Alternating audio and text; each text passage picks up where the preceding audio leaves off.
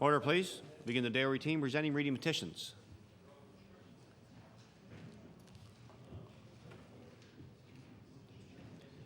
Presenting reports of committees.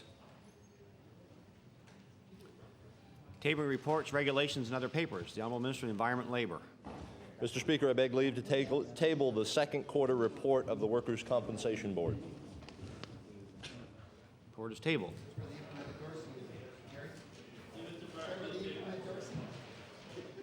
Statements by ministers. Government notice of motion. The Honourable Minister of Education. Mr. Speaker, I hereby give notice that on a future day I shall move the adoption of the following resolution.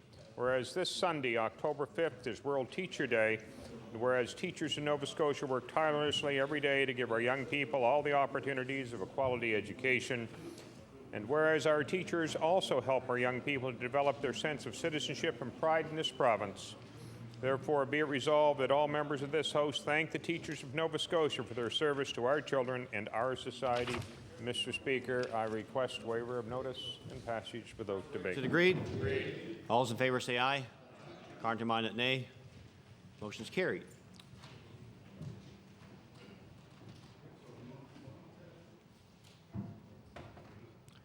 Introduction of bills. The Honourable Minister of Service, Nova Scotia, and Municipal Relations.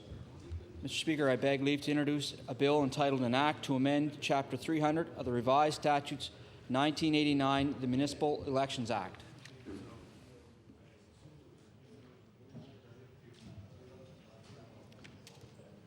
The Honourable Minister of Service, Nova Scotia, and Municipal Relations begs leave to introduce a bill entitled An Act to Amend Chapter 300 of the Revised Statutes 1989, the Municipal Elections Act. These to the Bill number 10, entitled An Act to Amend Chapter 300 of the Revised Statutes 1989, the Municipal Elections Act. Or this bill be read a second time at a future date. The Honourable Minister of Service, Nova Scotia, and Municipal Relations. Thank you, Mr. Speaker. Mr. Speaker, I beg leave to introduce an act entitled a bill entitled An Act to Amend Chapter 77 of the Revised Statutes 1989, the Collection Agencies Act, and Chapter 91 of the Revised Statutes 1989, the Consumer Creditors Conduct Act.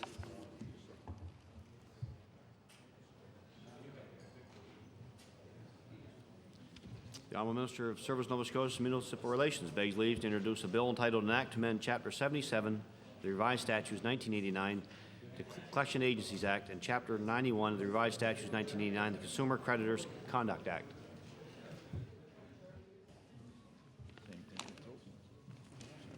Bill 11, entitled An Act to Amend Chapter 77 of the Revised Statutes 1989, the Collection Agencies Act, and Chapter 91 of the Revised Statutes 1989, the Consumer Creditors Conduct Act. Or this bill be read a second time at a future date.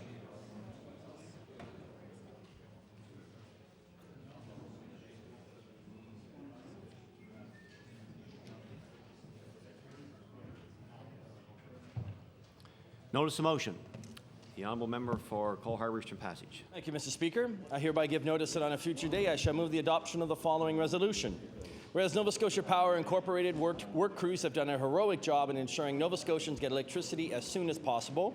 Whereas many residents in Nova Scotia are suffering anxious moments and days, not knowing an approximate day and time their electricity will be reconnected, including myself. Whereas Nova Scotia Power Inc. power outage telephone answering service did not provide and does not provide any details to ensure Nova Scotians could have a minimum amount of information to allow them to plan their lives accordingly.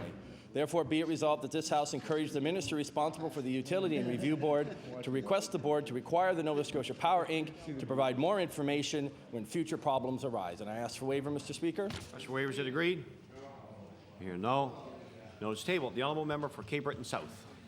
I hereby give notice on the future days to move the adoption of the following resolution. Whereas the member for Kings North is obviously upset with his own government and has joined the ranks with the opposition.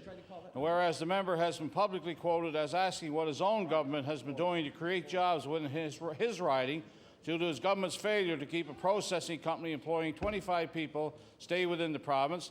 And whereas the member from Kings North should know that due to his government's inaction, the unemployment rate has increased by 1.7%, and the number of people out of work increased by over 8,700 jobs in the last 2 months. Therefore, be it resolved that all members of this House acknowledge that the member from Kings North has finally realized that when it comes to maintaining and creating jobs within our province, this government has failed almost as bad as the NDP would. I'd ask for waiver. Request for waiver? Here and no. Notice is tabled. The honourable member Cape Breton Centre. Thank you, Mr. The honourable member Cape Breton Centre. Thank you, Mr. Speaker. I hereby give notice. On a future day, I shall move the adoption of the following resolution. Whereas on Sunday, September 28th, the Calvary United Church of New Waterford celebrated 95 years of serving its congregation. And whereas this congregation has survived 2 world wars and a fire that destroyed one of its churches. And whereas the congregation of Calvary United Church have always been leaders in the community in civic and religious matters. Therefore, be it resolved that this House congratulate Reverend Duncan Roach and his congregation on this momentous occasion. I seek waiver, Mr. Speaker. Request for waiver, is it agreed? All those in favour say aye. Counterminded nay. Motion is carried. The honourable member for Cape Breton West. Thank you, Mr. Speaker. Mr. Speaker, I hereby give notice that on a future day, I shall move the adoption of the following resolution. Whereas the NDP has refused to provide financial details on the cost of setting up public auto insurance in Nova Scotia, and whereas this proposed NDP scheme will cost the taxpayers of Nova Scotia an unknown amount of money as outlined in Bill 4, and whereas the only factual detail the NDP can provide on the cost of setting up public auto insurance is by virtue of the member from Hants East who suggests, quote, that any member who is interested in the cost of setting up public auto insurance should go out west and do their own research. Therefore, be it resolved, the NDP admit they do not know the true cost of public auto insurance, or simply are refusing to provide full details because they know the $2 million fee announced is artificial at best. Mr. Speaker, I would ask for waiver of notice. Agreed? Here are several noes. Notice is tabled. The honourable Government House Leader. Mr. Speaker, I hereby give notice on a future day I shall move adoption of the following resolution. Whereas Winds of Firefighter Todd Flick will compete in the World Firefighters Combat Challenge Championship in Ottawa in early November, and whereas to advance to the World Championships, a firefighter must have a time of less than 2 minutes in regional competitions, which Todd obtained in Charlottetown in early September, and whereas this grueling physical challenge involving everything from climbing and retreating 14 flights of stairs to dragging 50-pound weights in full turnout gear is broadcast around the world, therefore be it resolved that this House commend firefighter Flick for his tremendous durability and wish him every success in Ottawa in November. Mr. Speaker, I request waiver of notice and passage without debate. Request for waiver, is it agreed? All those in favour say aye. Counterminded nay. Motion is carried. The honourable Leader of the Official Opposition. Thank you, Mr. Speaker. I hereby give notice that on a future day I will move the adoption of the following resolution. Whereas today marks the start of Nova Scotia Music Week, and whereas on Saturday Bob Quinn will bring together members of legendary rock bands for an unforgettable evening of music. Whereas these musicians include everyday people, Molly Oliver, Soma, Dutch Mason, Pepper Tree, Ram, Oakley, Snake Eye, The Battery, and Sam Moon. Therefore be it resolved that the members of this House pay tribute to Bob Quinn and these legends of rock music and thank them for forming the soundtrack of our misspent youth. Mr. Speaker, I request waiver and passage without debate. Mr. Waiver, is it agreed? All those in favour say aye. Counterminded nay. The motion is carried. The honourable member for Halifax Clayton Park. And thank you, Mr. Speaker. Mr. Speaker, I hereby give notice that on a future day I shall move the adoption of the following resolution. Whereas it's ironic that 3 days after the arrival of Hurricane Juan, some Nova Scotians have received their $155 checks. And whereas while the money is probably welcome for those few who have received this latest round of checks, imagine how much damage could be cleaned up with even a fraction of the $72 million that has been sent out as pre-election tax scheme. And whereas at the same time those checks arrive, the Minister of Finance is warning that there will be more cuts in services because of the damage caused by Hurricane Juan.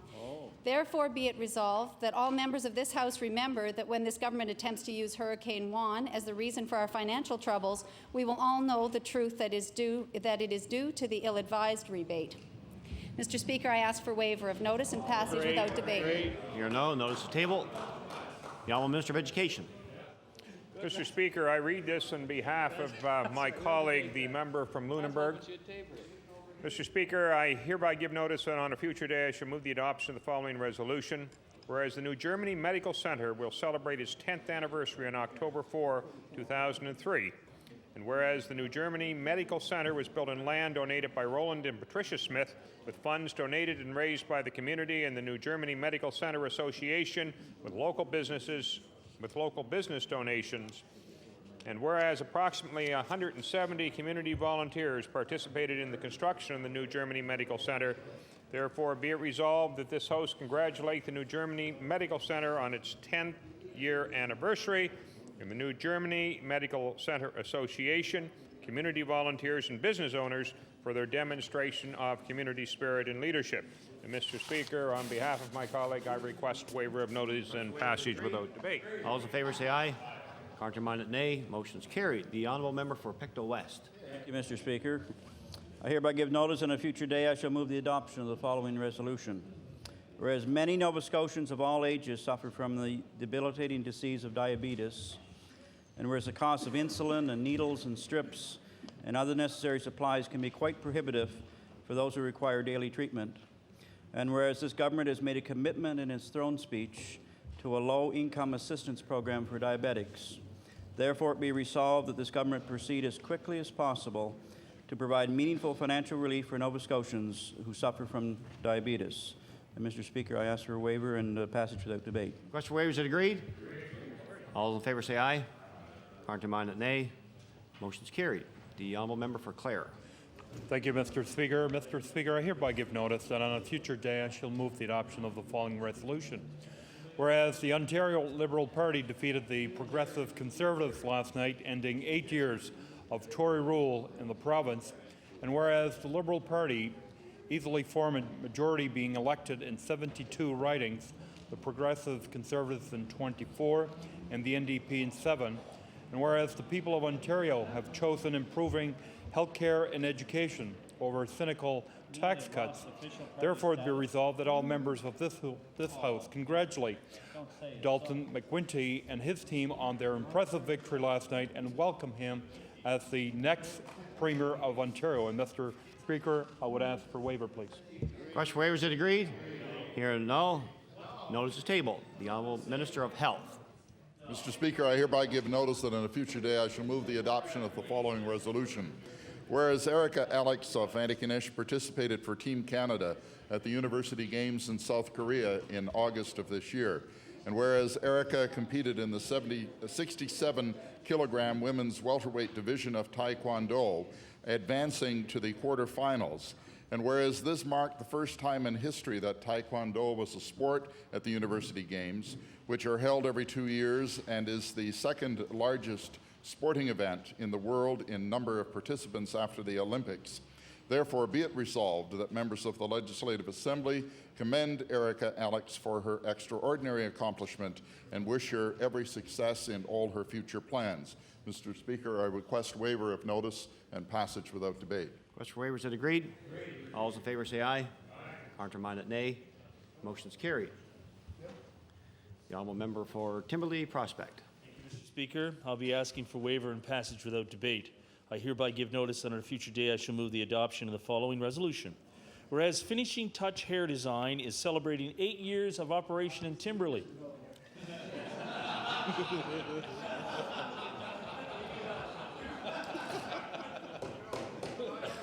Want me to begin again, Mr. Speaker?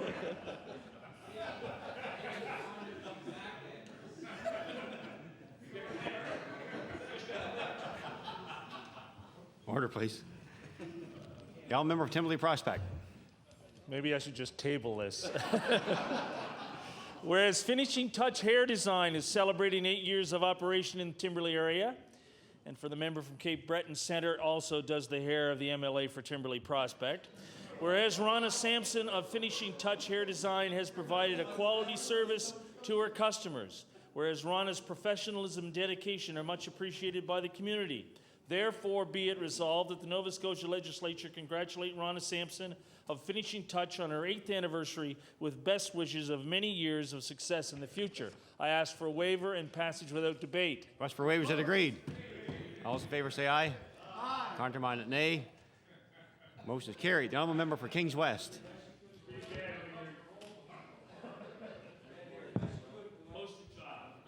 Order, please. The honourable member for Kings West. Mr. Speaker, I hereby give notice that on a future day I shall move the adoption of the following resolution. Whereas Dr. William Barker will be installed today as the new president of King's College, and whereas Dr. Barker becomes the 22nd leader of the Halifax University in the ceremony held at the school, and whereas Dr. Barker is the former head of English Language and Literature at Memorial University, therefore be it resolved that all members of the House congratulate William Barker on becoming the 22nd president of King's College. Mr. Speaker, I ask for waiver of notice and passage without debate. Request for waiver is agreed. All those in favour say aye. Counterminded, nay. Motion is carried. The Honourable Minister of Tourism and Culture. Mr. Speaker, I present this on behalf of my colleague, the MLA for Cape Breton North. Mr. Speaker, I hereby give notice that on a future day I shall move the adoption of the following resolution. Whereas experiencing more changes in her lifetime than most of us can imagine, one of Nova Scotia's oldest citizens, Olive Hiscock, turns 106 today. And whereas Ms. Hiscock married in 1916 and moved to North Sydney soon after, where she and her husband raised their family of 12. And whereas now with 31 grandchildren, 13 great-grandchildren, and 13 great-great-grandchildren, Ms. Hiscock treats herself weekly by having her hair done. I'm not sure if it's the same spot as the member from Kimberley Prospect. Therefore, be it resolved that all members of this House wish Olive Hiscock a very happy 106th birthday and hope she enjoys many more. Mr. Speaker, I request waiver of notice and passage without debate. Request for waiver is agreed. All those in favour say aye. Counterminded, nay. Motion is carried. The honourable member for Dartmouth North. Thank you, Mr. Speaker. I hereby give notice that on a future day I shall move the adoption of the following resolution. Whereas the Dartmouth North Annual Picnic was hosted this year by the Dartmouth Boys and Girls Club, and whereas many other agencies like the Dartmouth North Community Centre, the Parent Resource Centre, Crime Stoppers, the Halifax Regional Police Service, and Fire Services participated in this fun day, and whereas the annual picnic provides a great opportunity for Nova Scotians to know and understand the role of these agencies within the community, as well as participating in all the events a picnic offers. Therefore, be it resolved that the Legislative Assembly congratulate the Dartmouth Boys and Girls Club and the agencies for yet another great annual picnic. And Mr. Speaker, I request waiver and passage without debate. Request for waiver is agreed. All those in favour say aye. Counterminded, nay. Motion is carried. The honourable member for Preston. Thank you, Mr. Speaker. Mr. Speaker, I hereby give notice on a future day I shall move the adoption of the following resolution. Whereas Ms. Brooke Buckland, nominated for the Canadian Guy Award, which recognizes the contribution of Black Canadians are making in their community, and whereas the Canadian National Guy Awards honors the talents and hard work and dedication of Black Canadians in 14 different categories, which will be held in Edmonton on October 4th, 2003. Whereas with her nomination at Canadian Guy Award, Ms. Brooke Buckland is recognized for outstanding achievement in the area of sports and recreation. Therefore, it be resolved that all members of this House congratulate Ms. Brooke Buckland on her nomination to this award, as well as the dedication and drive she brings to her sport of swimming, and wish her continued success as she continues to set new records. Mr. Speaker, I would ask the waiver of notice and passage without debate. Request for waiver is agreed. All those in favour say aye. Counterminded, nay. Motion is carried. The Honourable Minister of Human Resources. Mr. Speaker, I hereby give notice that on a future day I shall move the adoption of the following resolution. Whereas 15-year-old Jenna Martin of Bridgewater recently put on an incredible display of athletics at the Royal Canadian Legion Track and Field Championships in Kitchener-Waterloo, Ontario, and whereas Ms. Martin set a national meet record for her age group of 15 years and under in the 400-meter dash with a time of 56.21 seconds, shattering a record set 18-year-old in 1985, and whereas as well as her gold medal, Jenna also took a silver medal as a member of the Nova Scotia medley relay team, while also winning a bronze with the 100-meter relay team. Therefore, be it resolved, the efforts of Bridgewater's Jenna Martin are recognized by members of this House of Assembly, while wishing Jenna continued success with her studies and track and field conquest. Mr. Speaker, I request waiver of notice. Request for waiver is agreed. All those in favour say aye. Counterminded, nay. Motion is carried. The honourable member for Cole Harbour Eastern Passage. Thank you, Mr. Speaker. I hereby give notice that on a future day I shall move the adoption of the following resolution. Whereas the strongest winds measured with regard to Hurricane Juan were measured on McNabbs Island in Eastern Passage at 152 kilometers per hour. Whereas 3 provincial parks in Eastern Passage were devastated by Hurricane Juan. Whereas Rainbow Haven Beach, McCormick's Beach, and McNabbs and Lawler's Island Park are important to Eastern Passage for recreational, economic, and cultural reasons. Therefore, be it resolved that this House encourage the Department of Natural Resources to act quickly to bring the parks back to a level in which they can be used by area residents. And I ask for waiver, Mr. Speaker. Request for waiver, is it agreed? All those in favor say aye. Counterminded, nay. Motion is carried. The honourable member for Glace Bay. Mr. Speaker, I hereby give notice that on a future day I shall move the adoption of the following resolution. Whereas congratulations Order, go please. out. Order, please. The honourable member for Glace Bay. Thank you, Mr. Speaker. Whereas congratulations go out to Dr. Robert Arnold Burden of Spring Hill for being one of 5 recipients of this year's Order of Nova Scotia. Whereas the Order of Nova Scotia is our province's highest honour which we can bestow upon an individual. And whereas in 1956 and 1958, Dr. Burden risked his life to help miners trapped in the Spring Hill mine explosions. Therefore, be it resolved that all members congratulate Dr. Robert Arnold Burden of Spring Hill for receiving this year's 2003 Order of Nova Scotia. Mr. Speaker, I ask for waiver of notice and passage without debate. Request for waiver, is it agreed? All those in favor say aye. Counterminded, nay. Motion is carried. The Honourable Minister of Finance. Mr. Speaker, I give notice on a future day I shall move the adoption of the following resolution. Whereas Jake Gallagher of Bedford recently won 2 silver medals at the Royal Canadian Legion Track and Field Championship in Kitchener-Waterloo, Ontario. Whereas Jake's 2 silver medals were won in the 17 and under category of the 1,500 and 3,000 meter races, and whereas Jake's 2 silver medals were part and parcel of Nova Scotia's 25 medal performance. Therefore, be it resolved, MLAs in this House commend Jake for his outstanding accomplishment and wish him every success in all of his future efforts, both in school and on the track field. Mr. Speaker, I request waiver of notice and passage without debate. Request for waiver, is it agreed? All those in favor say aye. Counterminded, nay. Motion is carried. The honourable member for Pictou West. Thank you, Mr. Speaker. I hereby give notice that on a future day I shall move the adoption of the following resolution. Whereas parks and natural areas provide protection for both plants and animals, as well as benefits for people, and whereas this government has made a commitment in its throne speech designating Egg Mountain and Gully Lake as wilderness areas, and whereas Pictou County and northern Nova Scotia have no wilderness protection areas, therefore it be resolved that this government proceed as quickly as possible to designate the full areas of Egg Mountain and Gully Lake as new wilderness protection areas. I ask for waiver and passage without debate. Request for waiver, is it agreed? All those, I heard a no. Notice the table. The honourable member for Victoria the Lakes. You didn't do that. Mr. Speaker, I hereby give notice that on a future day I shall move the adoption of the following resolution. Whereas this week of disaster in Nova Scotia required straight answers from elected officials, something that was lacking from this government. And whereas the Minister of Service Nova Scotia pledged to prevent price gouging as a result of the storm after I asked what his department would do. And whereas the Minister was clear in his answers and showed he was in control of the situation, unlike the Minister of EMO or the Premier, who didn't seem to be all that concerned or aware. Therefore, be it resolved that the members of this House commend the Minister of Service Nova Scotia for demonstrating that he understood his role in protecting consumers after Hurricane Juan, while showing that at least one cabinet minister knows what his job is. Mr. Speaker, I ask for waiver of notice and passage without debate. Request for waiver, is it agreed? Here are several noes. Notice the table. The honourable member for Kings North. Mr. Speaker, I hereby give notice that on a future day I shall move the adoption of the following resolution. Whereas Baxter's Harbour resident Richard... Order, please.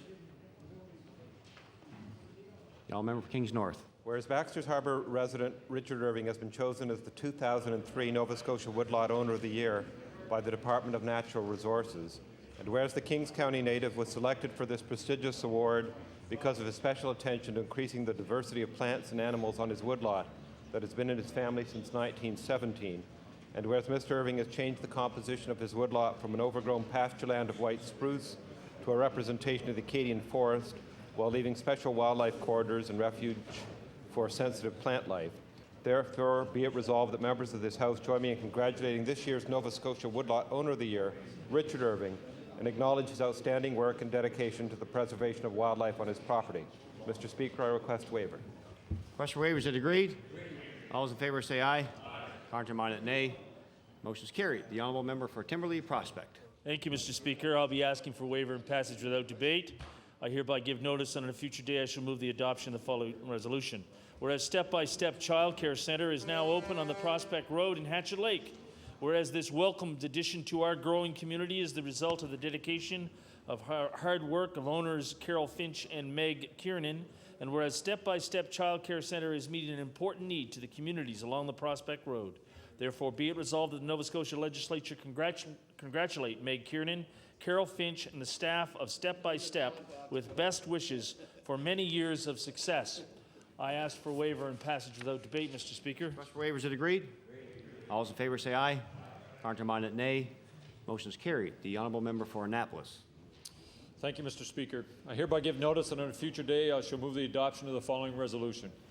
Whereas the Windsor Hockey Heritage Society scored an important goal last Wednesday with the announcement it will get a needed financial boost, and whereas the Society will get $33,000 for a feasibility study and development of a business plan for a new Hockey Heritage Centre funded by the Atlantic Canada Opportunity Agency, and whereas the Society was founded in 1992 to promote Windsor as the birthplace of hockey, therefore be it resolved that all members of the House send their best wishes to the Windsor Hockey Heritage Society as they move forward to develop a business plan for a new Hockey Heritage Centre.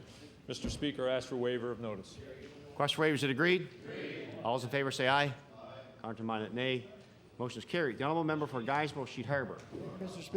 Speaker, hereby give notice that on a future day I shall move the adoption of the following resolution.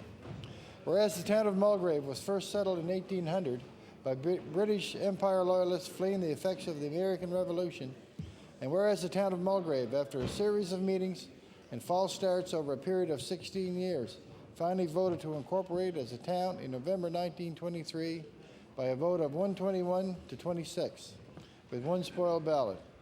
And whereas on December 1st, 1923, Mulgrave was officially incorporated as a town, with the town council meeting taking place on January the 15th, 1924. Therefore, be it resolved, MLAs recognize Mulgrave as a great place to visit and applaud the efforts of Mayor Leonard McDonald and Council and all the residents of Mulgrave for their heartfelt community spirit. Mr. Speaker, I request waiver of notice. Request for waiver, is it agreed? All those in favor say aye. Counterminded, nay. Motion is carried. The honourable member for Dartmouth North. Thank you, Mr. Speaker. I hereby give notice that on a future day I shall move the adoption of the following resolution. Whereas Burnside Industrial and Business Park provides employment for some 17,000 Nova Scotians, and whereas this park generates millions of dollars in revenue to all levels of government, and whereas there is a serious need to address the transportation issues within and around the park to alleviate the long-standing problem of traffic congestion entering and exiting the park. Therefore, be it resolved that the Provincial Department of Transportation work closely with the Halifax Regional Traffic Management Group and the Transportation Committee of the Burnside Commission to remedy the transportation issues which are affecting the growth of the Burnside Industrial and Business Park. And Mr. Speaker, I request waiver and passage without debate. Request for waiver here, no. Notice is tabled. The honourable member for Richmond. Speaker, I hereby give notice on a future day I shall move the adoption of the following resolution. Whereas congratulations goes to you, Alan Buddy McMaster of Judic, for being one of 5 Nova Scotians to receive the 2003 Order of Nova Scotia. Whereas Buddy McMaster is a renowned Cape Breton fiddler who, through his music, has helped to preserve the province's Celtic culture. And whereas Buddy has donated countless hours to his community, has inspired many young musicians to follow in his path. Therefore, be it resolved that all members of this House congratulate you, Alan Buddy McMaster, for receiving this year's 2003 Order of Nova Scotia. Mr. Speaker, I ask for waiver of notice and passage without debate. Request for waiver, is it agreed? All those in favor say aye. Counterminded, nay. Motion is carried. The honourable member for Pictou East. Thank you, Mr. Speaker. I hereby give notice that on a future day I shall move the adoption of the following resolution. Whereas the Royal Canadian Legion was originally founded to support our military veterans and their dependents, and today its member volunteer efforts spread throughout our communities. And whereas today the Legion is made up of volunteers from all walks of life who are committed to remembrance and service, including veterans serving and ex-service personnel, members of the RCMP, and police forces. And whereas this year Branch 35 of the Royal Canadian Legion in West will celebrate 75 years of supporting veterans, their families, and a wide range of charities within our community. Therefore, be it resolved that the members of this House join me in congratulating the members of Branch 35, the Royal Canadian Legion, on their 75th anniversary and express our appreciation for the many hours they spend serving our community and keeping the memory of our many war heroes alive. And I ask for a waiver. Request for waivers. Is agreed? All those in favor say aye. Contrary-minded, nay. Motion is carried.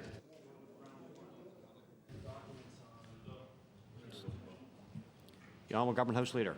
Yes, Mr. Speaker, it's a resolution moved by the Honourable Member for Dartmouth North. If he would read the therefore be it resolved again, perhaps we could reconsider it.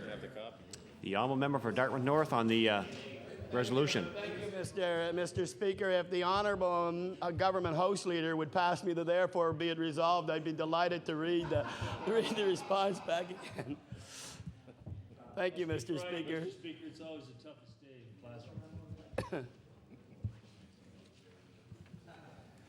Thank you, Mr. Speaker, and thank you, Honourable Government House Leader. Therefore be it resolved that the Provincial Department of Transportation work closely with the Halifax Regional Traffic Management Group and the Transportation Committee of the Burnside Commission to remedy the transportation issues which are affecting the growth of the Burnside Industrial and Business Park. And I request waiver and passage without debate. Request for waivers. Is agreed? All those in favor say aye. Contrary-minded, nay. Motion is carried. The Honourable Member for Cape Breton West. Thank you, Mr. Speaker. Mr. Speaker, I hereby give notice that on a future day I shall move the adoption of the following resolution.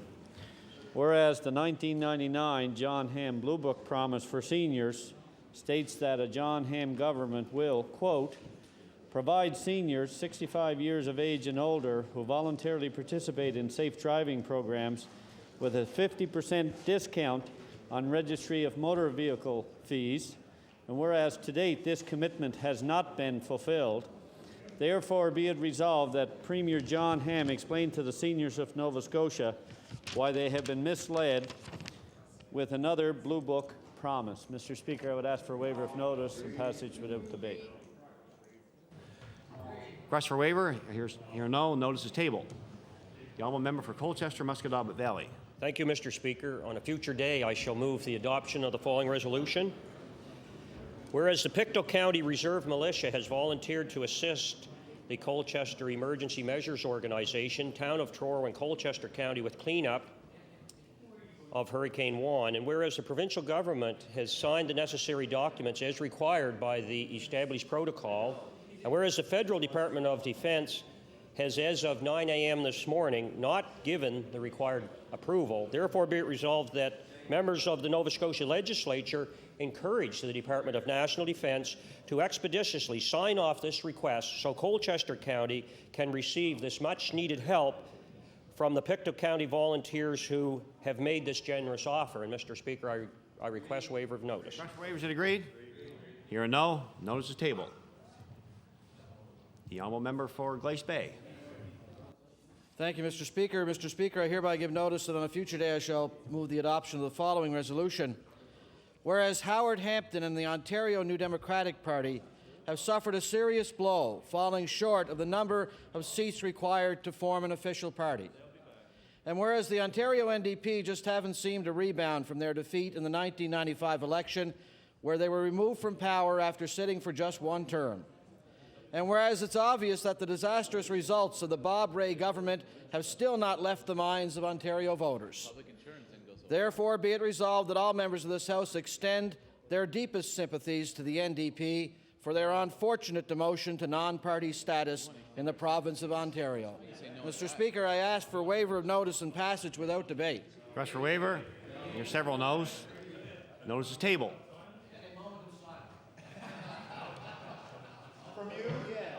Order, please. Now, member Colchester, Musquodoboit Valley. Yes, yes, Mr. Speaker. Maybe I'm having a little difficulty hearing, and I'd like to, through a point of order and through you. Earlier on, Mr. Speaker, I presented a resolution encouraging this House to support the Colchester County Emergency Measures Organization and asking that the federal government sign off a generous offer that Colchester County received from the Pictou County Reserve Militia to help the town of Truro with cleanup. And I understand, Mr. Speaker, that somebody had said no, and I'm just not too sure whether or not that is the case or not, because I find it pretty difficult to discern that that would happen. Order, please. It's not a point of order. There was definitely, I heard a no, and it's a decision of the House. Are any further resolutions? Yeah. The resolution? No, it's not. No. The honourable member for Preston. Thank you very much, Mr. Speaker. Mr. Speaker, I hereby give notice on a future day I shall move the adoption of the following resolution. Whereas Morton Simmons is nominated for the Canadian Gear Award, which recognizes the contribution of Black Canadians are making to their community.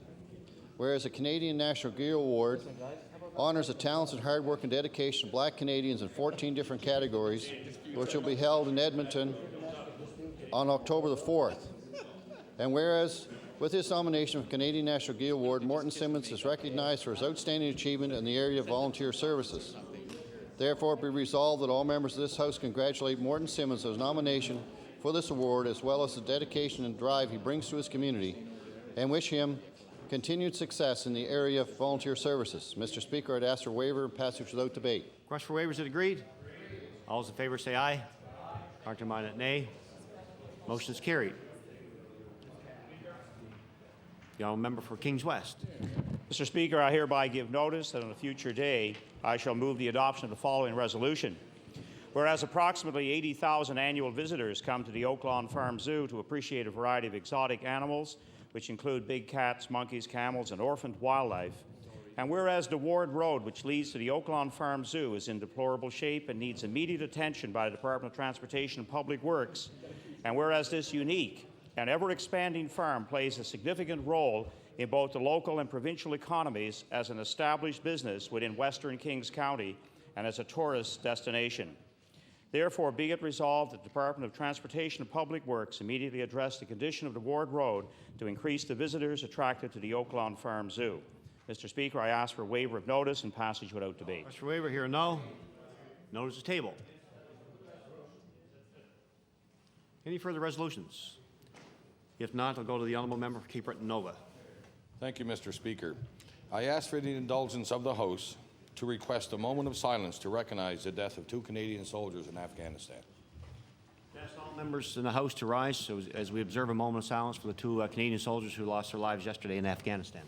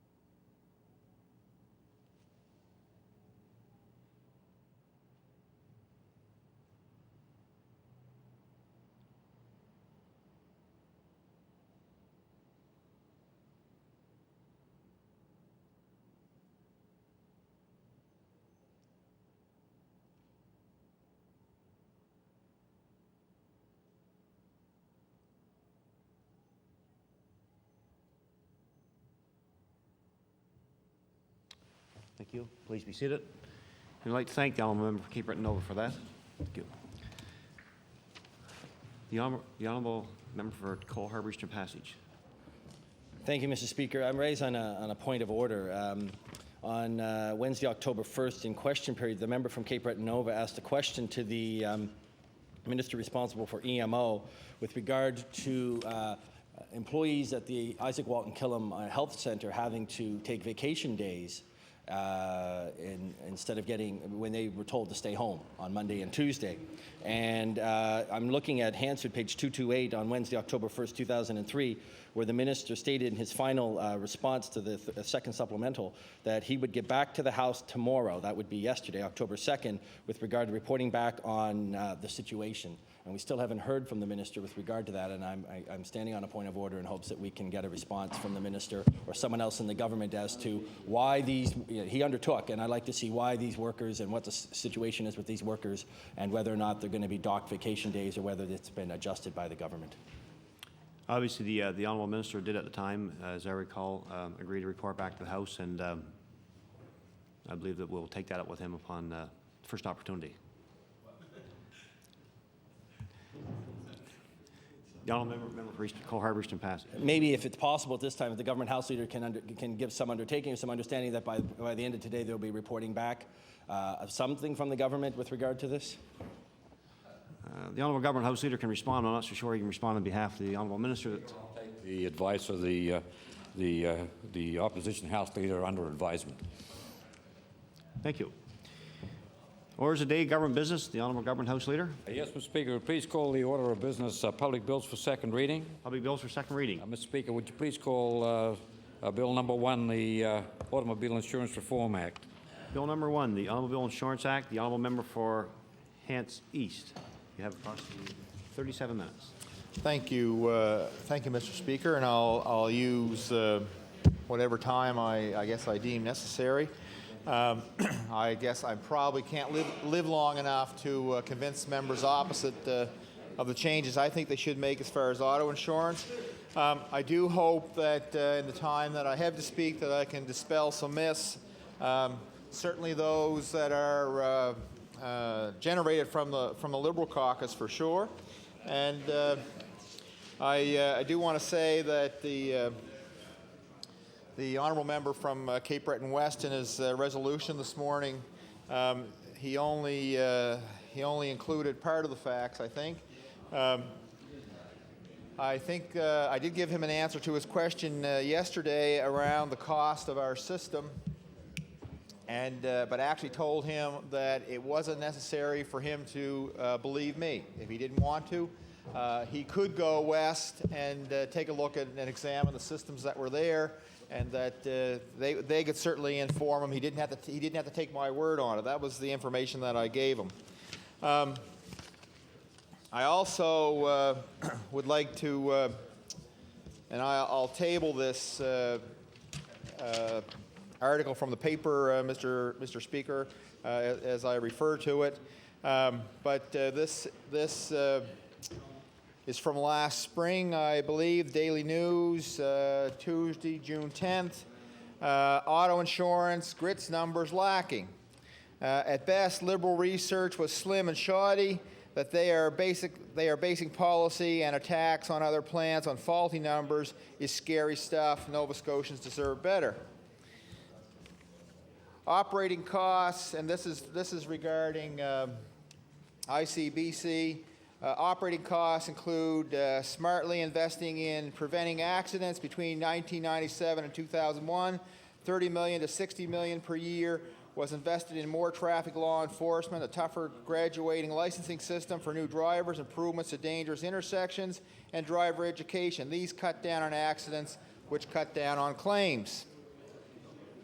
Now, I will also use this to correct a statement that I made. The members of the Liberal caucus talked about a bailout of the systems in the West, and I said it never happened, and I was wrong. There actually was a bailout in British Columbia. And actually, I'll refer to comments by Gordon Adair, Executive Director of Finance for ICBC from 1974 to 79.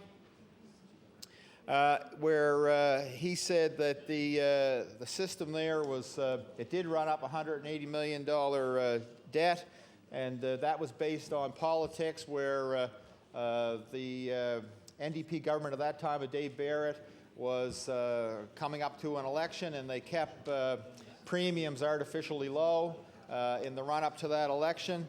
It wasn't because the system actually, as they increased the premiums, still wasn't cost-effective for the people of British Columbia. And actually, this Mr. Adair also sits on the provincial Liberal Party executive in his Vancouver riding. So there was a Liberal member who actually said the BC system works, and that people in BC, Manitoba, and Saskatchewan like the system, the public system that they have. And also I want to raise the issue around no-fault and tort systems in the West. In Saskatchewan, where the member from Cape Breton West referred to the death of a young man there, and all the claim was, all the family who could receive was $10,000. What I want to make clear to the member is that in Saskatchewan, people who buy insurance, auto insurance, have a choice. They can buy auto insurance under the no-fault system, or they can buy it under the tort system. And because of that, you're limited, of course, by which system you pay under. So that probably had as much effect on the payout as anything else. Under the tort system, you don't sue, or at least to my understanding, you don't sue the individual that you may have had an accident with. You have to sue the insurance company. Manitoba has no fault, and BC is purely the tort system. This is the system that our party has looked at, I think of the three that we thought was most appropriate, the most appropriate type of system we'd like to see Nova Scotians have, simply because they have the right to sue for claims, and they're not limited by the no-fault system, and we see that as a real disadvantage for people across the country. I think the Tory government is trying to tell Nova Scotians that this system will actually bring them savings, a 20% reduction. But I think people should recognize, and I'll give them some numbers here from various insurance providers. For ING, a $1,000 policy in 2000 will now cost $1495.46.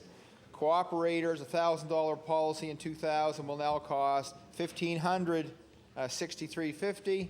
Econogram, a $1,000 policy in 2000 will now cost $1,636.50. And Citadel, a $1,000 policy in 2000 will now cost $1,506.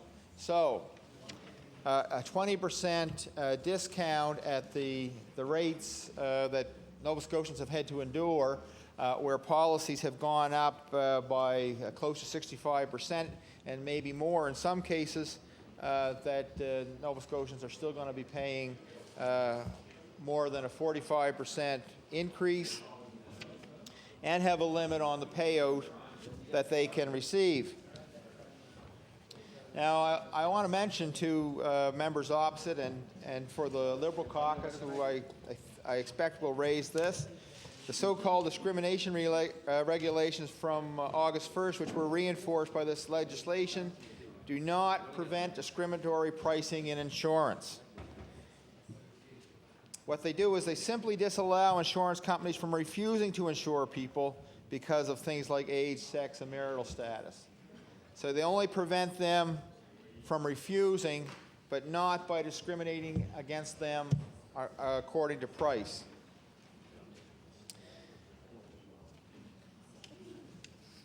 I think other members of our caucus have raised the issue, and members of the Liberal caucus have raised the issue around the definition of minor injury. And it is clear in this legislation that a minor injury can be quite a severe injury, but as long as you heal, then it's minor. And my colleague from Halifax Fairview raised the example that you could literally break every bone in your body and heal from it, and it would be considered a minor injury. And this is something that the government has to look at. In absolutely no way could people consider this to be a minor injury, or the impacts of that to be the minor injury.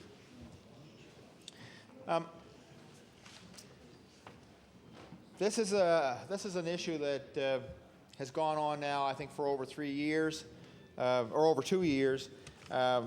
We first saw this impacts of this starting in the spring of 2001. It was 2 members of our caucus, the member from Cape Breton Centre, the member from Coal Harbour Eastern Passage, who called on the UARB to have hearings into the skyrocketing insurance rates.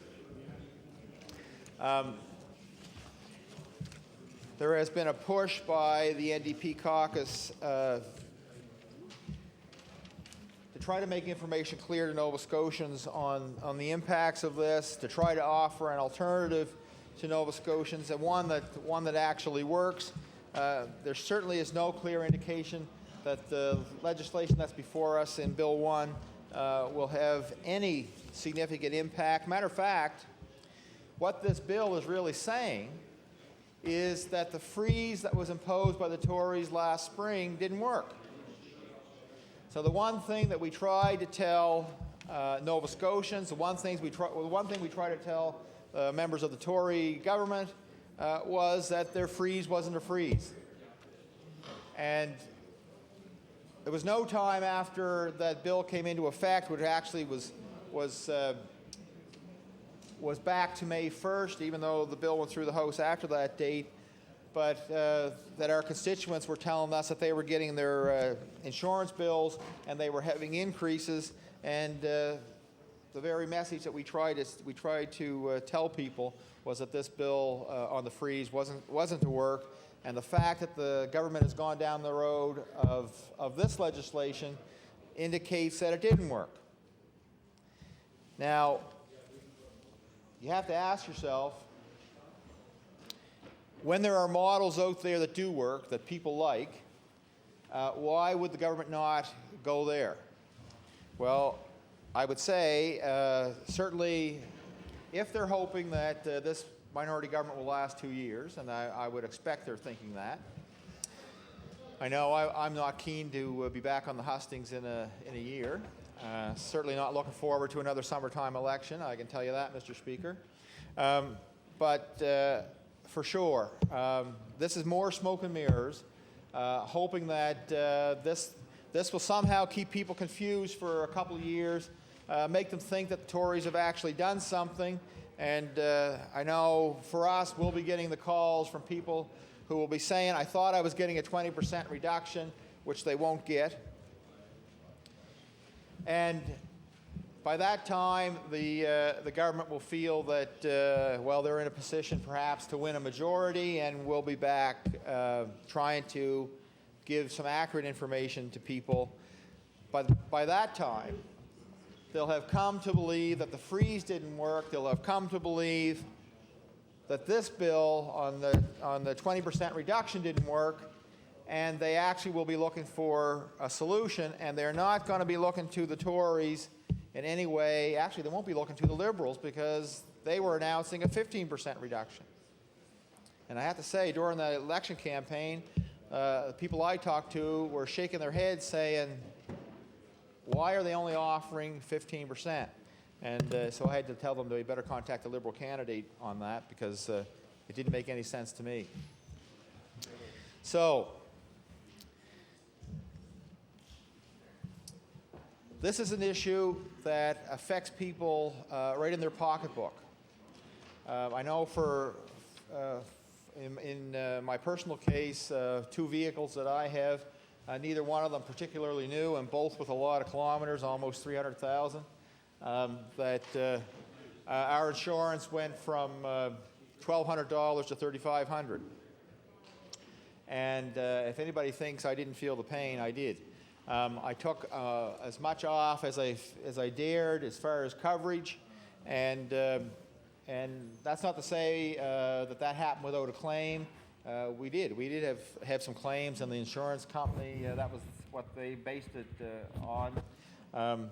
Actually, my wife had hit a deer. We replaced a windshield, and and a collision, sight distance was blocked, and our car got hit. So anyway, I'm certainly willing to say, yeah, we made claims, but when the insurance industry tells me that the sum total of my claims, they want that money back in a couple of years, when I've been paying for years and years and years without claims, seems a little bit high-handed.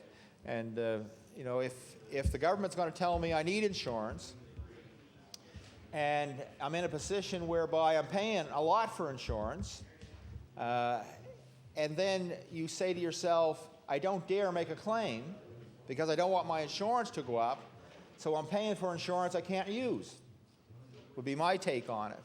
So I think for most Nova Scotians, and there are a lot of Nova Scotians actually who are driving without insurance, and I think we have a number here.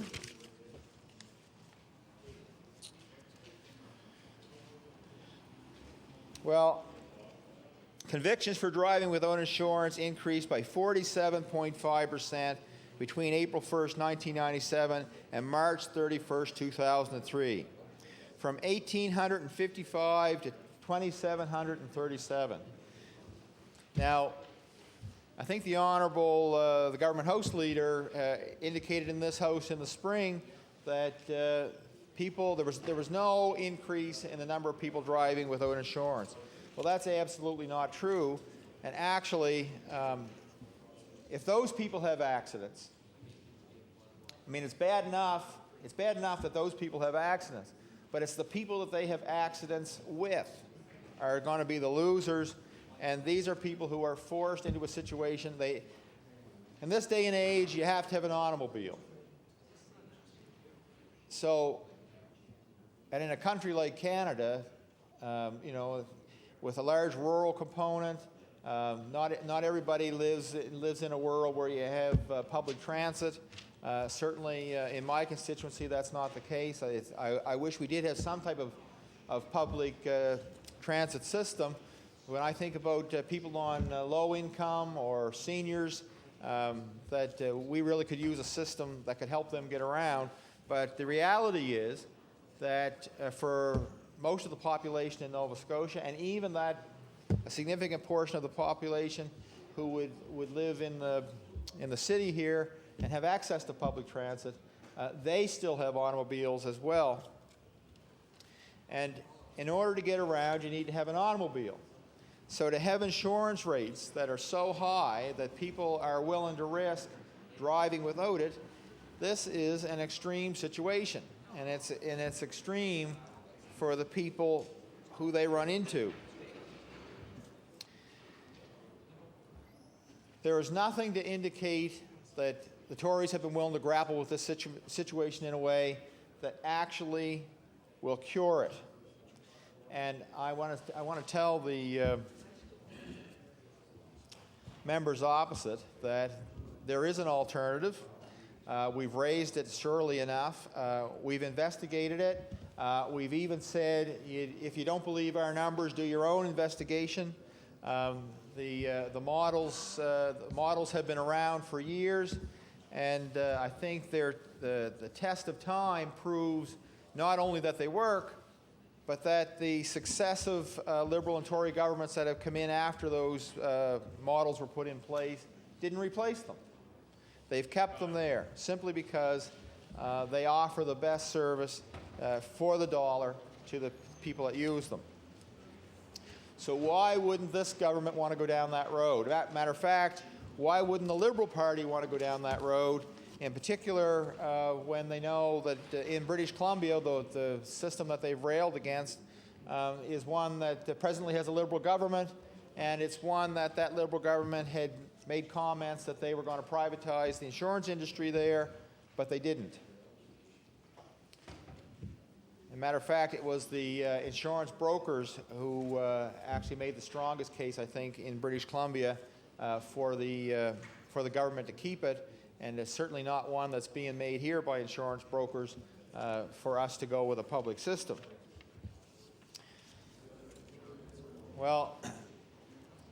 maybe people can't have everything. Maybe the insurance industry has to figure out that it's time that it buckled to the needs of the people, and if it can't do that, and this legislation won't do it, that it's time to have a public-run system that is cost-effective and returns a benefit to the people of Nova Scotia.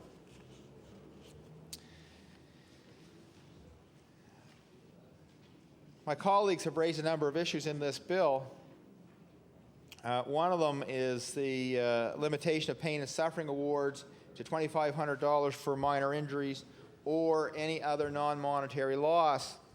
Now, that's a limit. That's the maximum.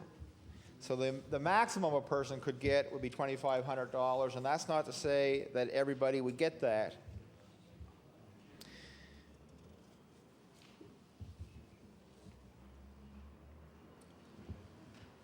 I can't understand why it would be that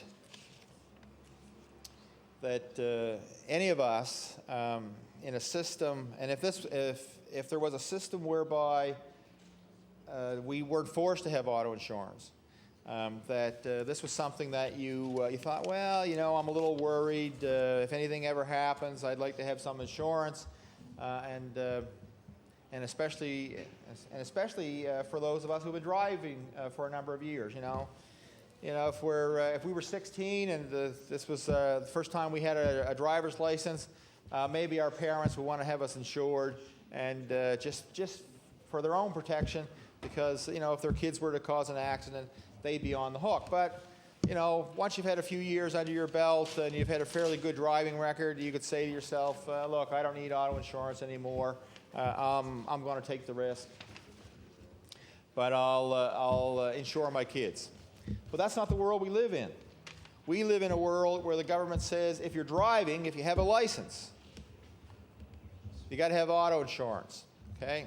Or if you have an automobile, you got to have auto insurance. So when you're told you have to have it, then it would only seem reasonable that the government would offer you something that would be a reasonably priced product that would actually meet your needs, and that's not what happens in this province. In this province, and actually across the country, you're forced to buy private, except in those places that they've offered public auto insurance. Now, like I said yesterday, if the models that we had proposed had never existed. What's that? Did I table? Oh, they're out there. Yeah, they're there for the minister to go and investigate. Yeah.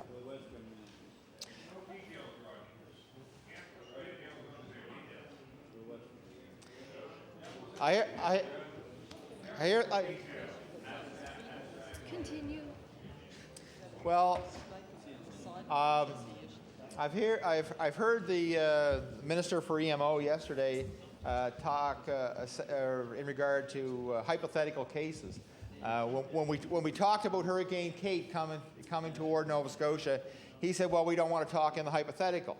Now we just had a hurricane hit this province and devastated part of this province, and we have another one that we know it's not hypothetical. We know that there's another hurricane heading in this direction, and the worry is that as far as the tracking looks right now, it could hit Nova Scotia. So the minister uses the word hypothetical. How he could even go there is beyond me. Now we have the ministers opposite talking in regards to the auto insurance as if public auto is hypothetical. It's not. Those models exist. I invite those members. Matter of fact, Mr. Speaker, if it was the Tory government who wanted to bring in public auto, one of the first things they would do is they would investigate the public auto systems that exist. That would be the first thing they do. Common sense would tell you that. They would want to go and look at the systems that exist in the country to determine which one they think would best fit Nova Scotians. I think they would do that. As a matter of fact, I would think they would want to go there before they go to any other country at least. They'd go and examine those systems that exist in Canada. Common sense would tell you that.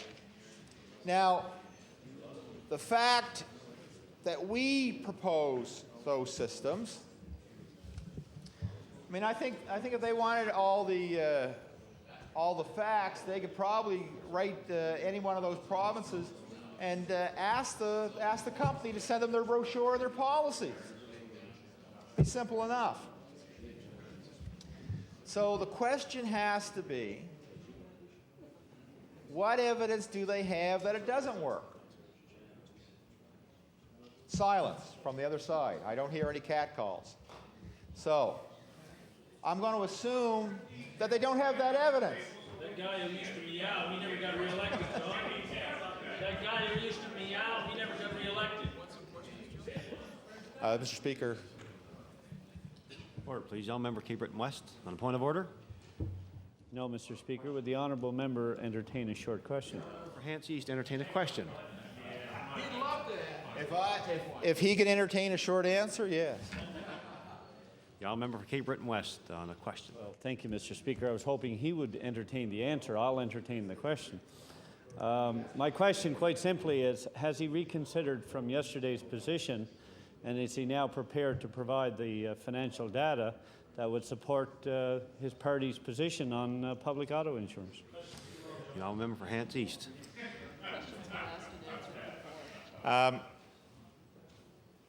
When I started my talk today, the first thing I addressed was his resolution around my comments yesterday, Mr. Speaker. If he had paid attention when I was speaking, he'd have the answer to the question he just asked. Well, Mr. Speaker, and this comes to the very point I raised. Why would he be concerned about our data? Matter of fact, there's a Liberal government in British Columbia that offers public insurance right now. That member has access to any information he wants from members of the same party that he supports. He would certainly, I would assume that he would be assured that whatever information they would give him, he could count on it, that he doesn't need that information from us. Go west, young man. Get that information that you so... The Liberals in BC. Gee. Order, please. Young member Cape Breton West on a point of order. Yes, Mr. Speaker. The point of order, quite clearly, is I'm not advocating anything other than the fact that I'm asking the member, by his own admission, to have a public policy position, and they even have a bill before the legislature, and they refuse to provide any member of the legislature that they're hoping will support or give approbation to that, and yet they refuse to provide the vital detail that's important. That's the point. And if the member expects other members of the legislature to start traveling around the country or to other jurisdictions to find the solution to what they say is their policy position. Order, please. It's obviously not a point of order, but it's Not even an interesting point. Point, I guess. Young member for Hants East has the floor. Thank you, Mr. Speaker, and I thank the member opposite for his intervention. It only serves to confirm for me the inability. He doesn't have to go traveling across the country. He can pick up a phone. We have technology.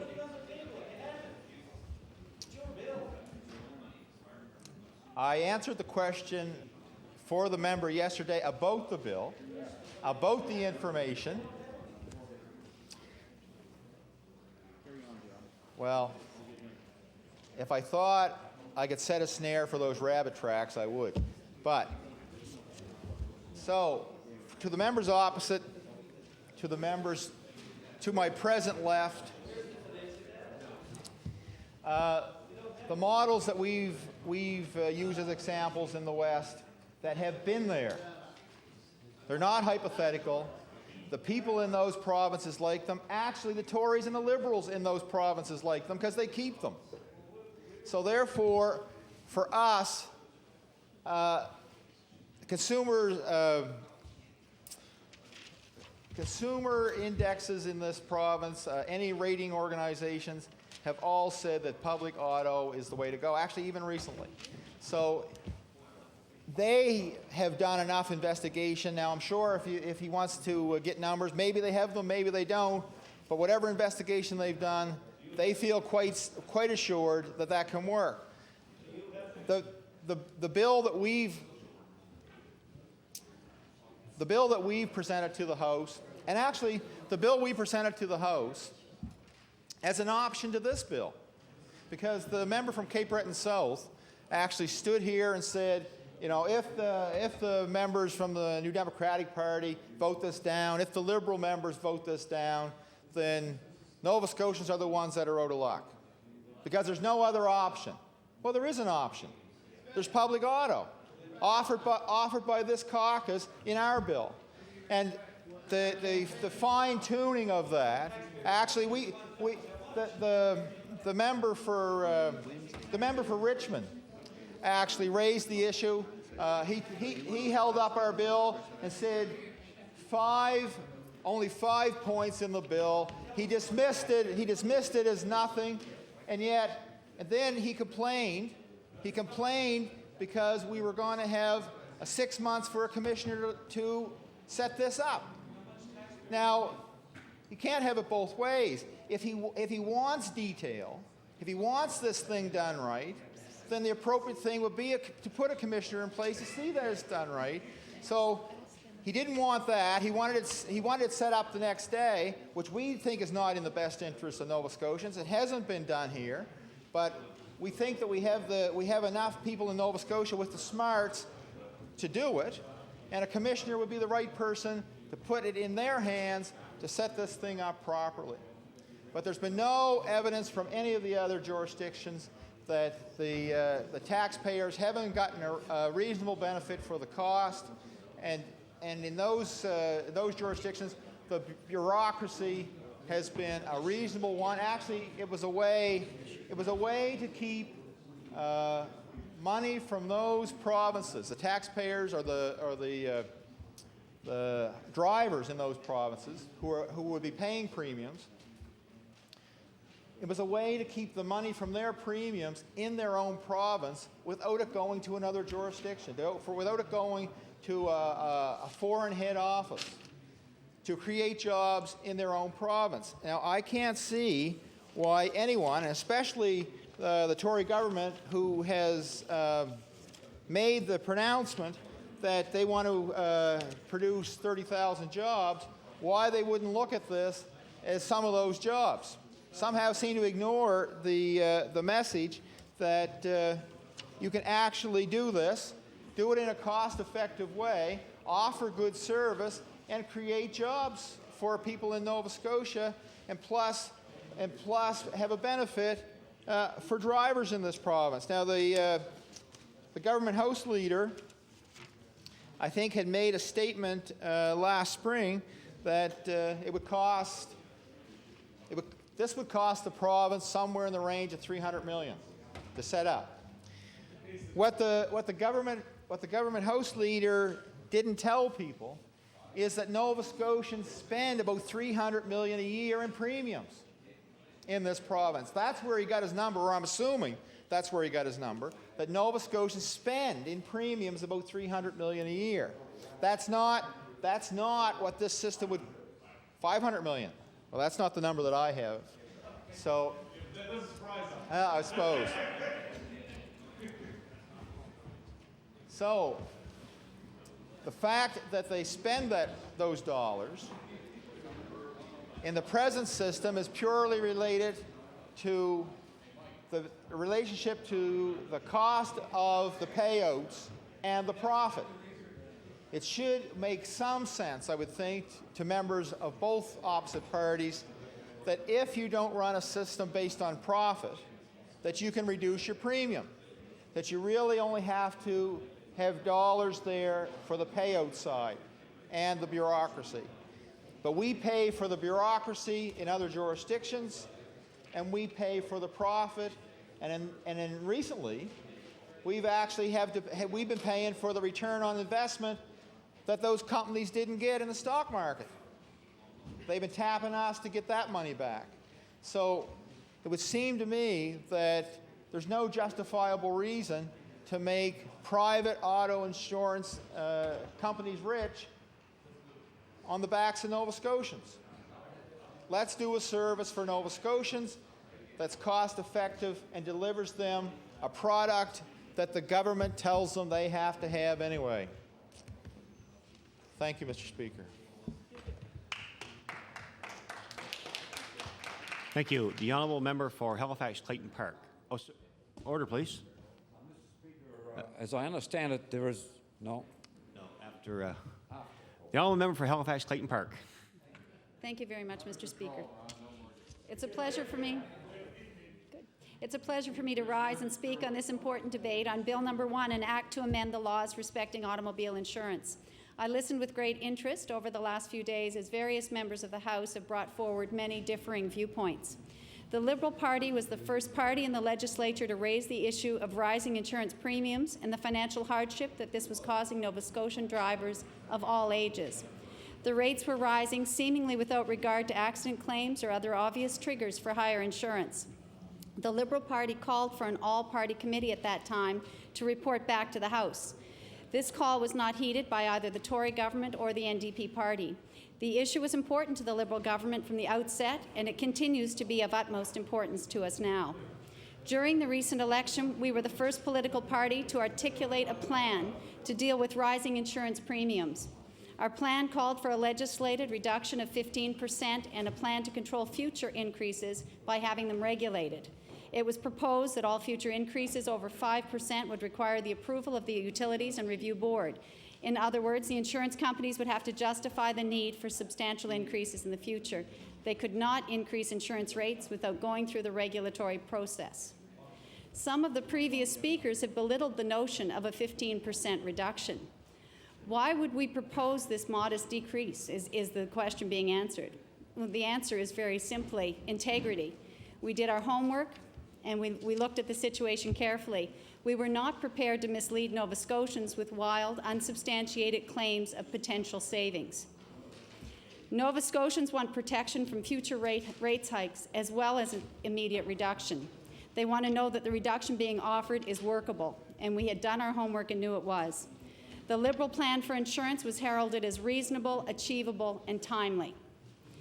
During the recent provincial election, I spoke to many people who have suffered increased rates through no fault of their own. They feel vulnerable to the continued increases, and that's understandable. The regulatory help that the Liberals proposed would address these fears. In drafting Bill Number 1, the government has followed a few of our suggestions. In fact, some members of the House have gone so far as to suggest that it's a Liberal bill, crafted by the Tories to appeal to the Liberal Party. And there are similarities, yes. Most notably, the Tories have moved to a legislated reduction because they can see that asking the companies to voluntarily reduce rates, as they did in New Brunswick initially, does not work. Yes, there is a cap on minor injuries, as was proposed by the Liberals. And yes, the whole system is to be regulated by a review board, although the Tory bill suggests the creation of an entirely new body to oversee insurance, and this may lead to a gross duplication of services that are provided by the UARB. But despite the similarities to what we have been advocating, this bill fails to provide the necessary protection of individuals that we see as essential. The cost of the changes that are proposed are cost to the rights of insured drivers. The bill as written takes away too many current rights, and the balance is not there for Nova Scotian drivers and their families. Our leader has said that the Liberals want to make minority government work. We don't want any delays that will cause this issue to go unresolved. Nova Scotians need insurance relief, and they need it now. This bill may be able to provide that help if it is carefully amended. The first part of the bill that has to be revised is the definition of minor injuries. Minor injuries needs to be defined as the Tories led us to believe that it would be. During the campaign, they were careful to point out that by minor they meant aches and pains, that it related to soft tissue injuries. Well, Mr. Speaker, it is a far cry from the definition that we have before us in Bill Number 1. The current definition of a minor injury includes any injury that is, quote, not permanent in nature. So if you're going to recover eventually, the injury is not serious. Let's be clear about that definition. It will not be supported by the Liberal caucus. Our leader has been clear on this point, and I could not agree more strongly. Many examples of serious injuries that would not receive proper compensation have been provided here in the last 2 days, both by members of the Liberal caucus and by members of the NDP party. We both see the folly of this definition, and we know that it is the central issue in this debate. This definition will be examined by the public, and we will hear their conclusions and outcomes at the Law Amendments Committee, of which I am very pleased to be a member. It is at the Law Amendments Committee that this bill will be given the scrutiny that will lead to meaningful changes. The Liberal caucus is fighting for changes that will respect the rights of injured people. We know that only a fraction of the motor vehicle accident victims will be considered as seriously injured under this bill. In New Brunswick, where the same definition of minor injury is being applied, it was estimated that there would be 79% of the claims that would not be considered serious in nature.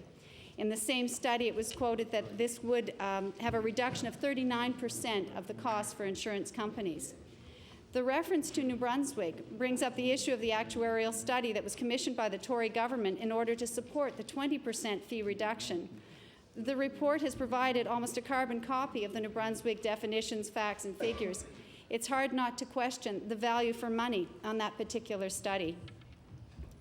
Mr. Speaker, I will return to the issue of Bill number 1.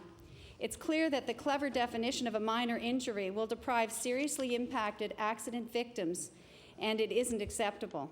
What other benefits and protections are being changed as this bill, if this bill goes forward as is?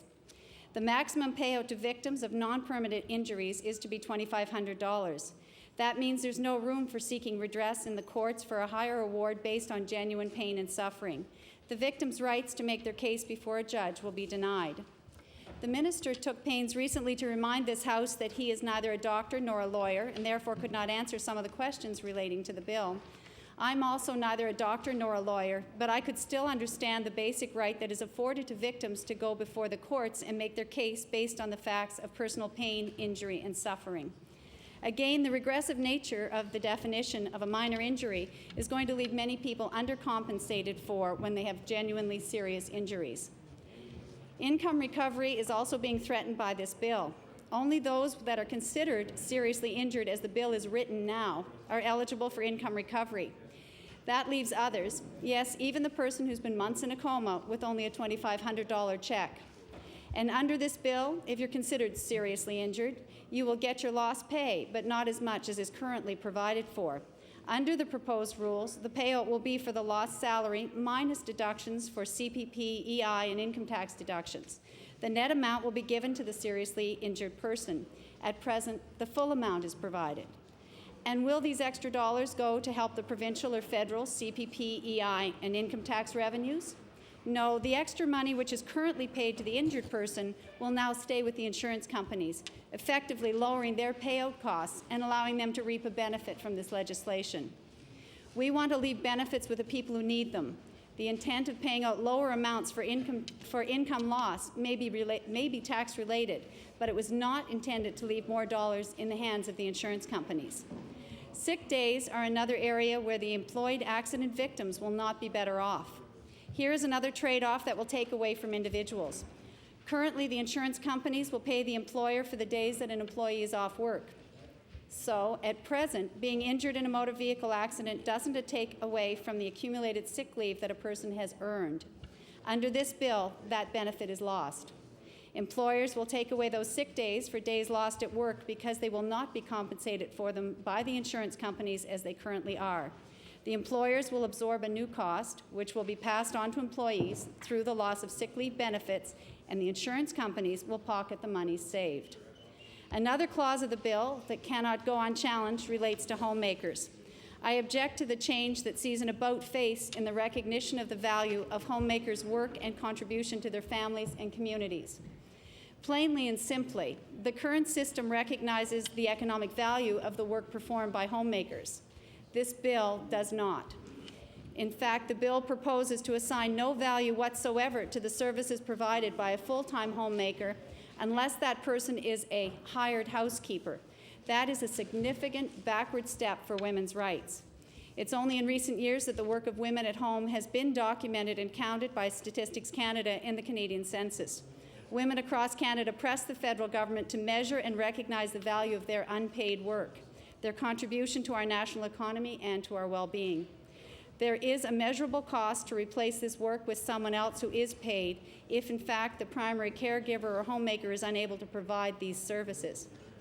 Make no mistake, this work is important and valued by Nova Scotians and their families. The Liberal caucus is not about to see the clock rolled back on this women's right. Women's unpaid work does in fact have a cost, and this bill threatens to totally ignore that fact, to the benefit again of insurance companies who can avoid a further obligation that they currently have. This bill also has the potential to create a two-tier insurance system, because more wealthy Nova Scotians will be able to purchase extra coverage to remain on par with the current protection that they receive. The cost may be significant to do so, but individuals can pay to increase their coverage to get back the benefits that may be lost through this bill. This needs to be carefully considered before we see average Nova Scotians having to make do with an inadequate level of benefits and protection. I also have questions relative to the proposed Insurance Review Board. The bill takes about 4 pages to outline operations of that proposed board. The Utilities and Review Board already exists and performs exactly the same sort of regulatory function that's being proposed by or for the Insurance Review Board.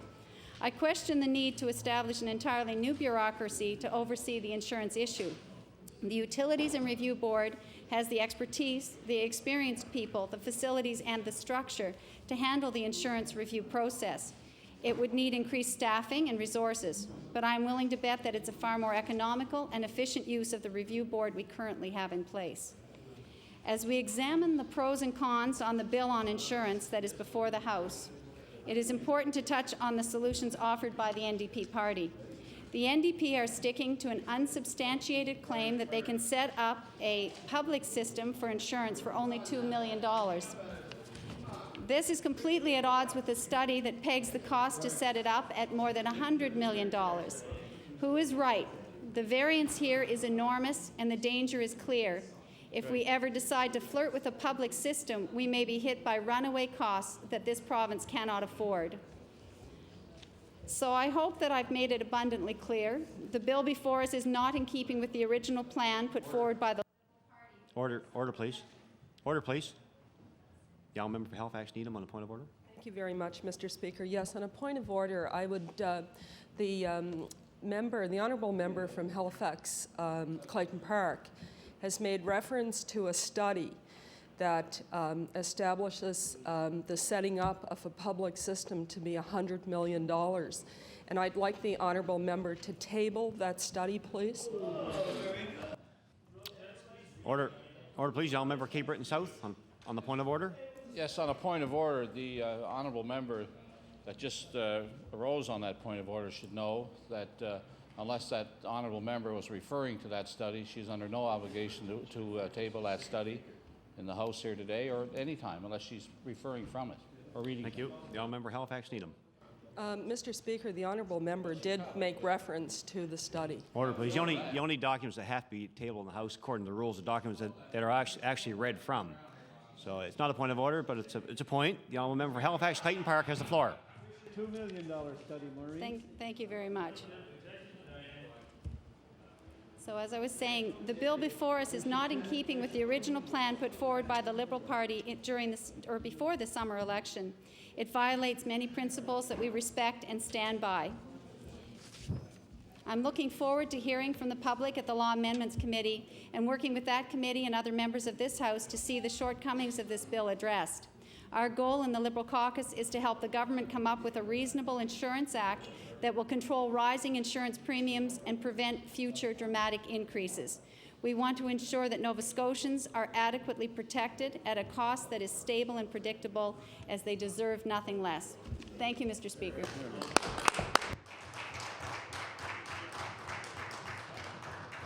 Order, please. Thank you.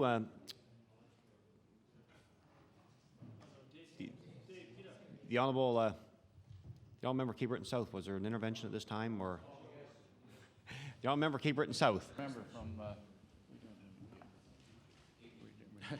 No, that's okay. Well, later. The honourable member for Sackville-Cobequid. Thank you, Mr. Speaker. It's an honor here to get up and speak about Bill number 1 brought forward by the government. As a member of our caucus, I feel I have a duty to all the people who have voted for me in my constituents of Sackville-Cobequid to express our concerns about this bill. We realize that this bill will probably be passed with some aid from the third party. But I think as an opposition party in this House, we have the right to stand here and debate what the people of Nova Scotia might have when this bill is passed, especially the concerns we have with the passing of this bill. I've heard from members from the government side of the House and members from the third party that they'd wish we'd vote this bill in quickly, and for us to just agree with what is entailed in this bill. But as I said before, I believe as an opposition party, we have the duty of all the members or all the residents of the province of Nova Scotia who voted for us, the 15 members here, and also the people in this province who have voted for the candidates that ran in the other constituents. We owe it to these people to stand here and voice our concerns about this bill.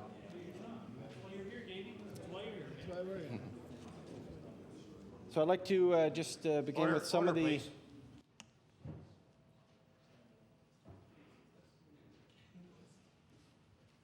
The honourable member for Sackville-Cobequid. Thank you, Mr. Speaker. So I'd like to raise a few of those concerns that I've heard through my campaign in my constituents, and a lot of them have to do with the increase they've had over the last year, 2 years, on their insurance rates. In this bill, it says that there should be a savings of 20%, which sounds great to me if my insurance rate has only increased 20% or maybe even 30%. Because I understand the need to make sure that all the costs are covered when you're running a business. But I've heard over and over through my campaign increases such as 65%, 70%, 80%, even as high as 110% for a senior in my constituents. And I don't know if I can go back to them after this bill is passed and tell him that his savings is only 20%. On someone who's on a limited budget, fixed incomes, social assistance, these people need vehicles, and a savings of 20% is not going to cut it. Lack of public transportation.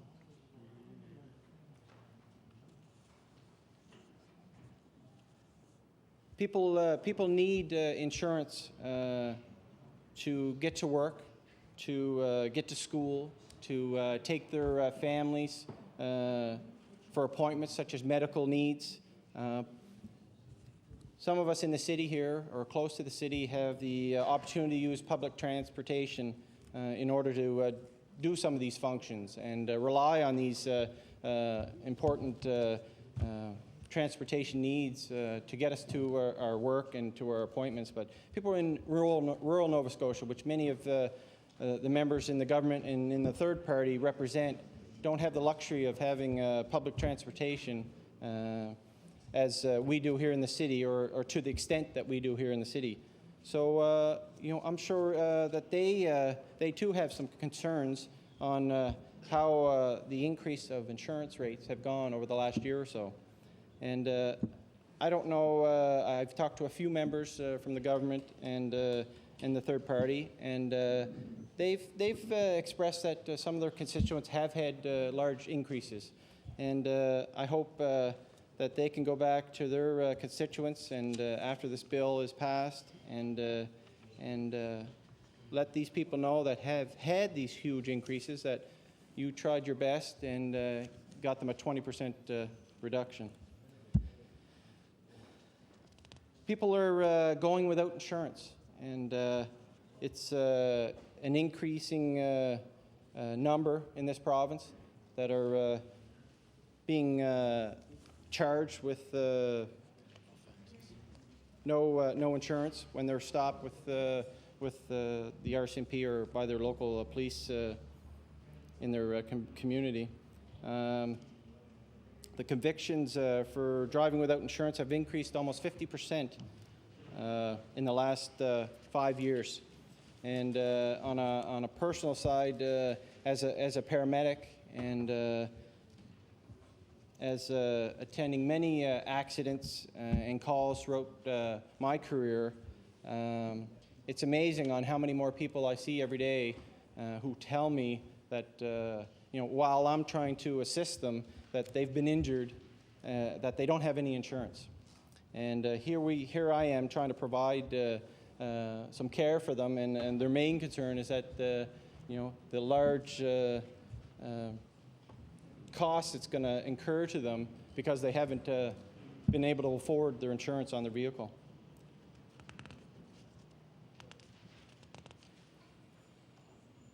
I think when we look at this bill and the government wants to bring down the price of insurance, it says that the system is broken, and we've heard that even from the people in the insurance business, that we need to fix this system. And it surprises me that this is the only option that they feel that they can bring forward, is putting a cap on soft tissue injuries to try to bring down the increased cost of insurance. Just before the election was called, the government proceeded to hire an actuary at about $100,000 to investigate and come back with a report on how they could bring down the insurance rates. And I think it was a deadline after the election that this report was going to be tabled or finished. And coincidentally, I think within the first week or two of the election, the government has came forward and announced that they're going to have a cap of $2,500 on the award portion of the soft tissue injuries. I don't know if that was a waste of money or if we can get a rebate on some of the time that it took. Maybe the actuary we hired did a great job and was able to get this back to the government, especially in time before Election Day. But I'm wondering if that we might not have been able to save some money by not hiring an actuary. It just shows that this legislation, which is going to cap soft tissue injuries, is going to force the insurance companies to drop their rate. As we've seen in New Brunswick, where the government there had similar bill brought forward. I think the deadline for the insurance companies in New Brunswick was July 1st, that they were supposed to start reducing the rates. And there was 3 out of the 70 insurance companies in New Brunswick responded to that deadline. I'm wondering how many insurance companies here in Nova Scotia are going to take their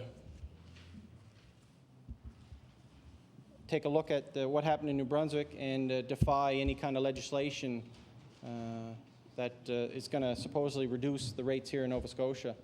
I remember seeing many interviews on TV about emergency debates in New Brunswick after the deadline because they didn't know what to do next.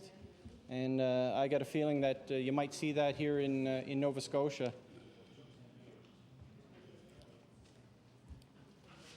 During the campaign, many of the constituents I talked to were younger people. In my community, it's a growing community, a lot of students there. And what I've been hearing over and over from these young people, Mr. Speaker, was that their insurance rates are enormous. I had some young guys in my community telling me how they pay $5,000 for insurance for a year. Probably about $5,000 the vehicle's worth. It brings back memories of myself not too long ago, but when I purchased my first vehicle. It cost me $800 for my car, $800, and my insurance was $1,600. And that was, well... That was a Pontiac Astra. That was a few years ago. But I'm astonished by what I've heard when I was campaigning about these young kids paying a fortune to insure their cars. And what it's making them do is when they purchase these vehicles is that they're having to finance their insurance. I know many of the loans officers in my area, that's one of the first questions when you purchase a car is how much is your insurance? Because they know that it's going to be a large number, and for a lot of these young kids who are still in high school or going to university, they're on limited income. They know that they're, with the high costs of university tuition nowadays, that they don't have that kind of money to pay their insurance up front. So a lot of them are borrowing the money and just including it on the loan for their vehicle.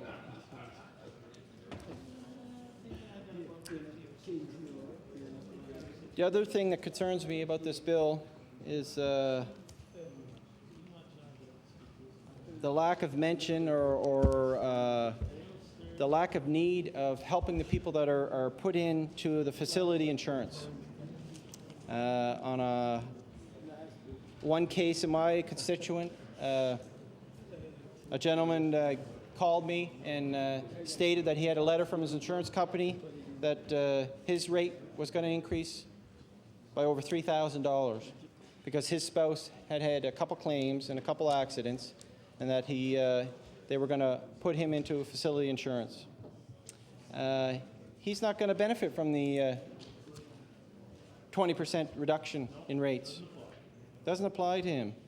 He's either going to have to send a letter into his insurance company stating that his spouse is no longer going to drive his vehicle, or he's going to have to pay the money and have her insured and place her in facility and be placed in facility insurance.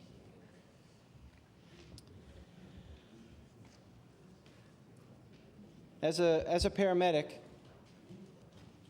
I've been to many calls over the years, especially motor vehicle accidents, and it surprises me in this bill about the definition of minor injuries. And it's such a broad definition, minor injuries, which I think a lot of people are saying that it's such a broad definition that now the courts are going to be dealing with not dealing with awarding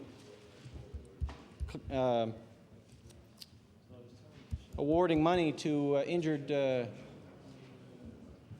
people. They're going to have to worry about explaining or fighting over this word minor injuries. What's defined as a minor injury? And as I was saying, as a paramedic, I've been to many calls where people have been seriously hurt.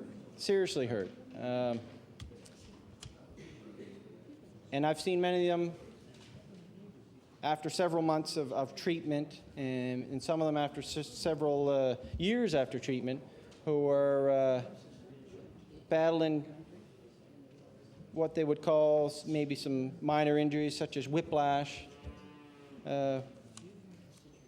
which a $2,500 fee wouldn't get them back to where they want to be.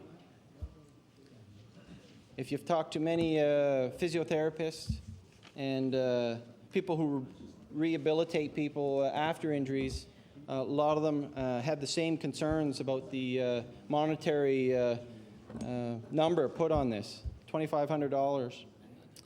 I don't know if anybody in this house have needed the services of some of these people, but I can tell you from personal experience, it's not a cheap adventure, or it's quite a cost incurred when you have to go through these treatments.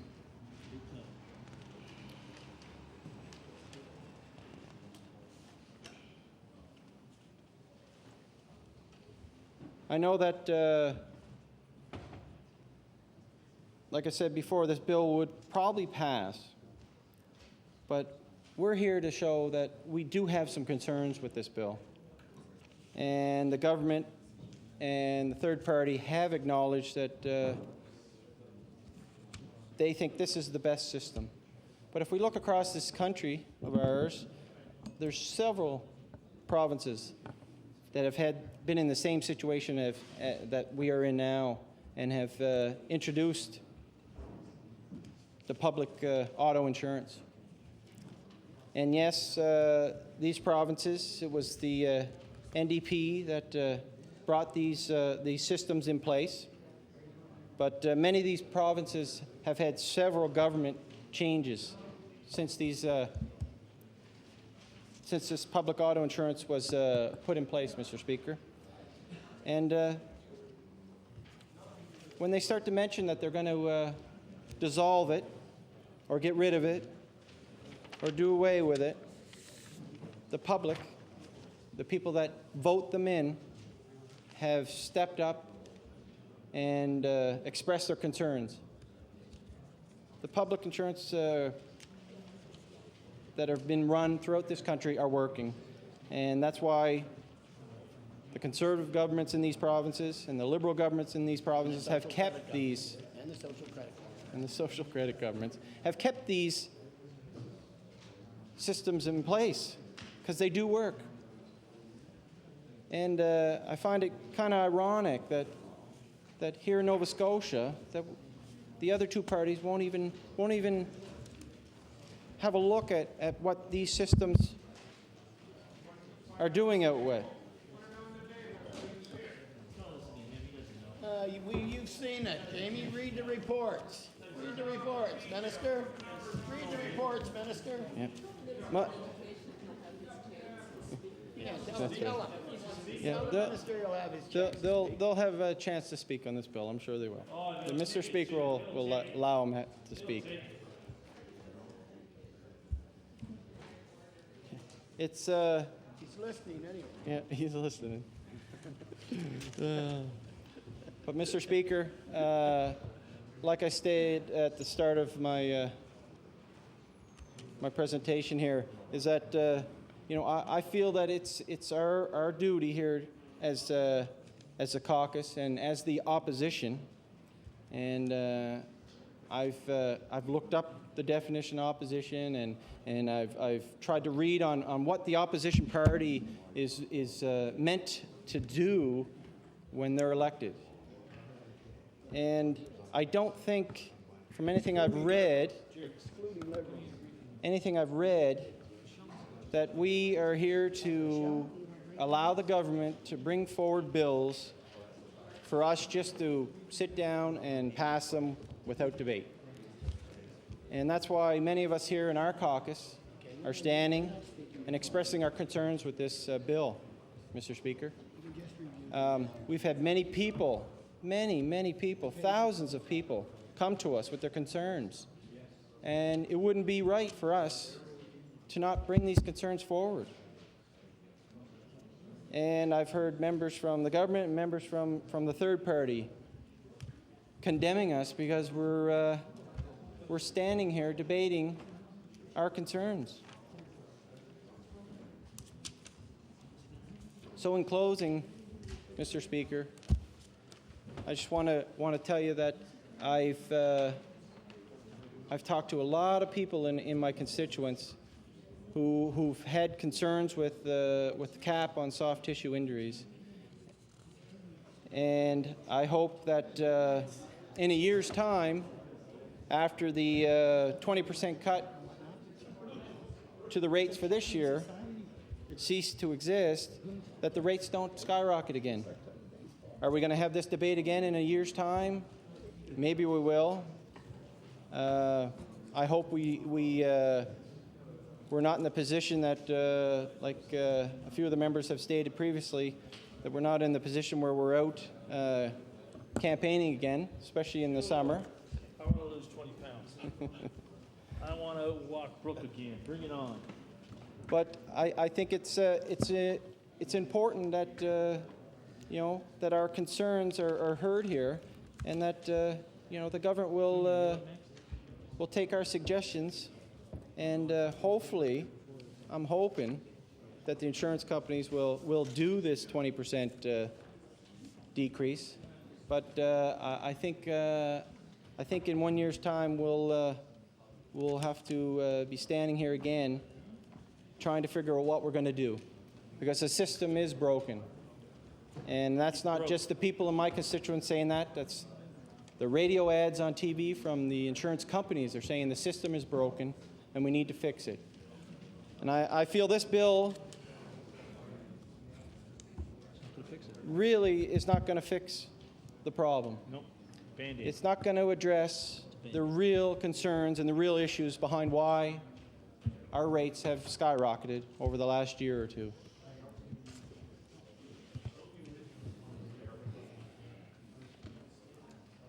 So in about a year's time, maybe the government will look at our plan, and maybe they will table a bill that would benefit all Nova Scotians. And that bill should be and hopefully will be to bring in a publicly funded auto insurance system. So I would like to thank Mr. Speaker for allowing me to stand here today and express some of my concerns here today. And I wanted to make sure that I brought the concerns of many of my colleagues who also have concerns about auto insurance, because we see it every day as we work as paramedics.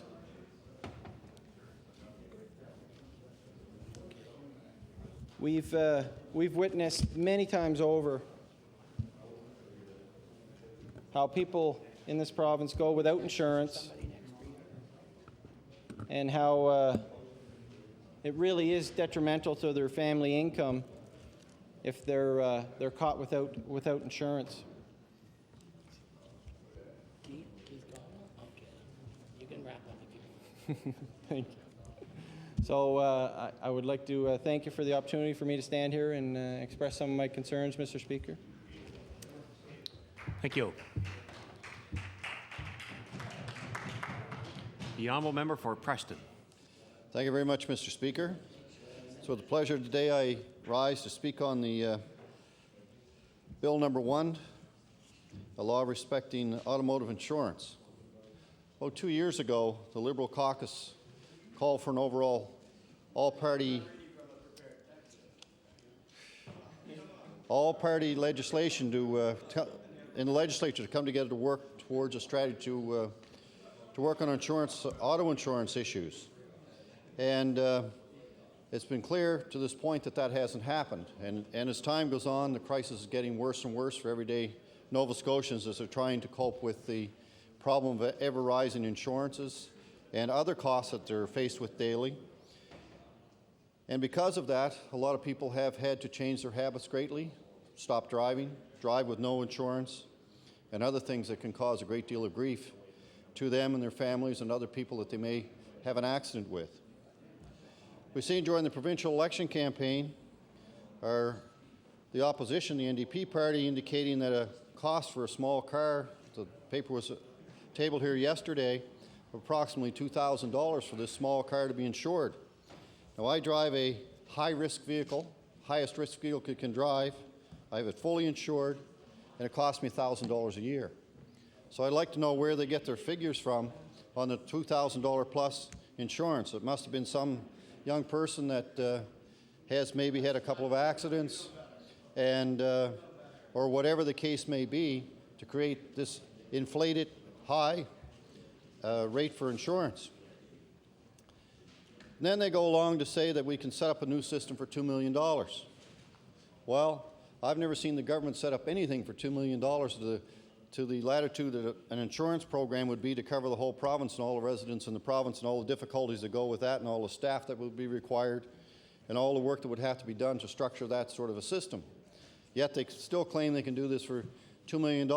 We've yet to see any study, any reliable study, any kind of a report that's been put in place and tabled in this place so all Nova Scotians can have a look at it. And they have not come forth with all this information. There's some rhetoric in the background here indicating Manitoba's done this, but Manitoba did this a long time ago, and things have changed. If they haven't checked the federal laws and the agreements that the federal government has made over the past years with GATT and free trade and other arrangements and interprovincial trades, that could seriously affect the cost of a system. What do Nova Scotians need? Nova Scotians need a long-term, stable rates in insurance. That's the bottom line. That's exactly what Nova Scotians need. And if you put that in place and make that work, then it'll help Nova Scotians and things will move forward. Unfortunately, that isn't covered in this bill, and it definitely isn't covered in what the NDP is proposing. Long-term stable rates, one that you know that when you go this year, if you hit an accident-free record and you haven't